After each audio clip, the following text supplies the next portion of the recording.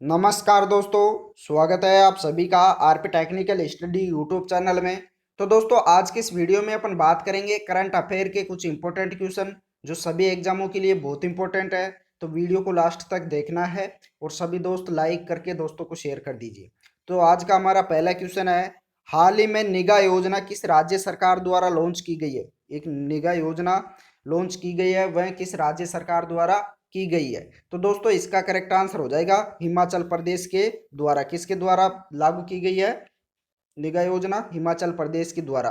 और आपको बता दूं कि हिमाचल प्रदेश की राजधानी क्या है? शिमला। क्या है? शिमला। और यहाँ के मुख्यमंत्री है जयराम ठाकुर। कौन है? जयराम ठाकुर। और आपको बता दूं कि इस कार्यक्रम जो ये निगाह योजना लागू की गई है, इस कार्यक्रम का उद्देश्य उन लोगों के परिवार के सदस्यों को जागरूक करना है जो देश के अन्य हिस्सों से घर आ रहे हैं। किसको? जो देश के अन्य हिस्सों से अपने घर आ रहे हैं उनको जागरूक करना है, उनके परिवार को। और इस कार्यक्रम के तहत स्वास्थ्य कार्यकर्ता उस व्यक्ति के परिवार के सदस्यों को क्या करेंगे? संवेदनशील बनाएंगे जो दूसरे राज्यों से आ रहे हैं। चलिए अगला क्वेश्चन।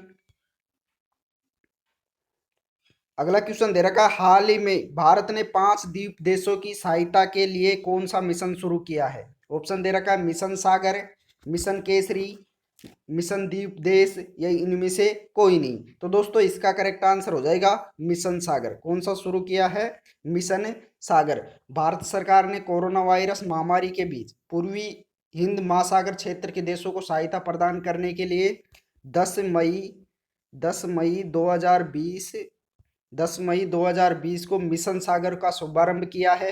और आपको बता दूं कि इस मिशन के तहत भारतीय नौसेना के जहाज आईएनएस केसरी की तैनाती की गई है। चलिए अगला क्वेश्चन। अगला क्वेश्चन दे रखा है, हाल ही में ड्रोन से टिड्डियों को नियंत्रित करने वाला पहला देश कौन सा बना है? टिड्डियों को नियंत्रित करने वाला पहला देश कौन सा बना है? तो वो है भारत। कौन सा है? भारत।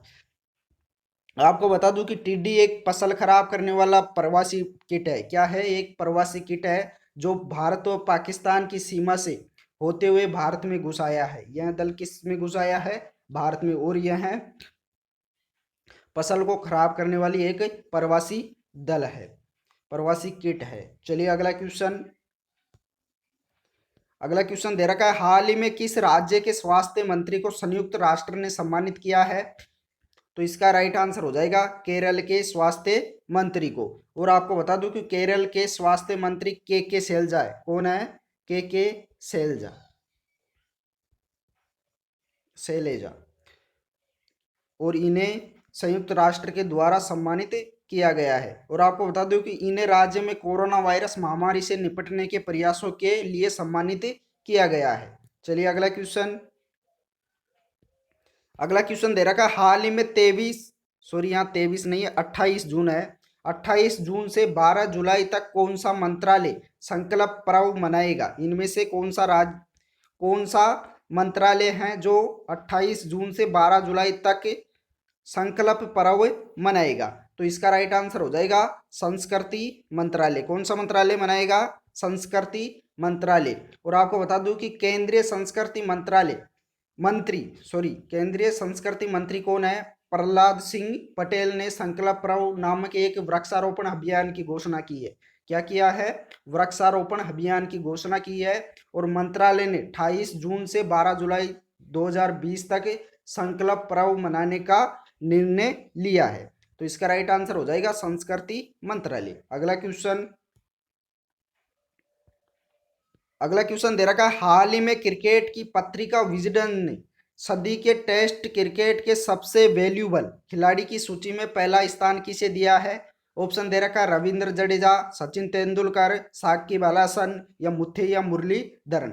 तो किसे दिया गया? पत्रिका विजडन ने सदी के टेस्ट क्रिकेट, किस क्रिकेट में?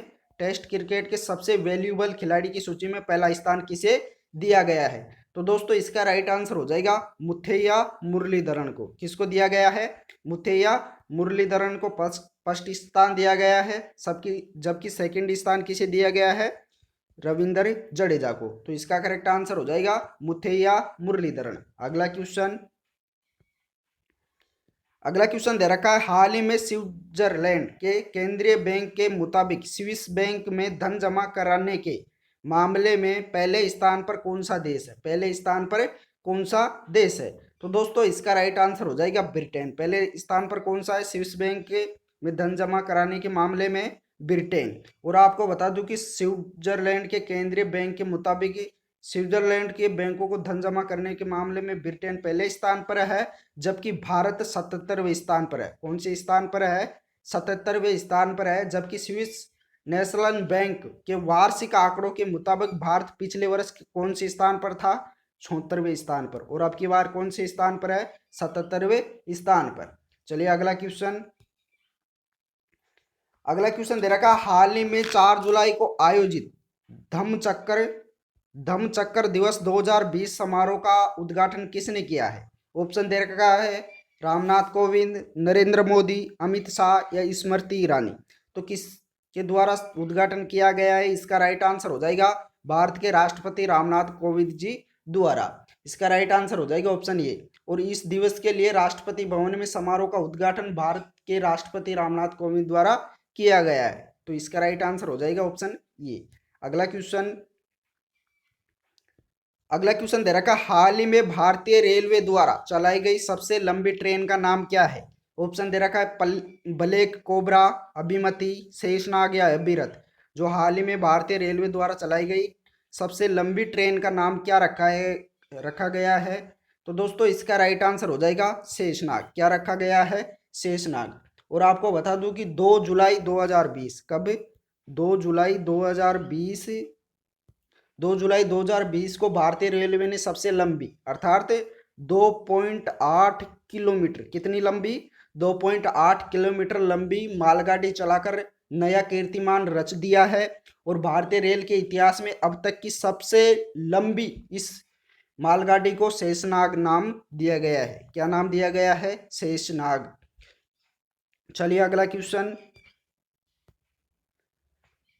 क्वेश्चन दे रखा, हाल ही में कौन सी कार कंपनी सबसे मूल्यवान कार कंपनी बन गई है? इनमें से कौन सी कार कंपनी सबसे मूल्यवान कार कंपनी बन गई है? ऑप्शन दे रखा है Toyota motor Corp, general Motors, Tesla या होंडा मोटर कंपनी। तो इसका राइट आंसर हो जाएगा टेस्ला। हाल ही में कौन सी मूल्यवान कंपनी बनी है? टेस्ला।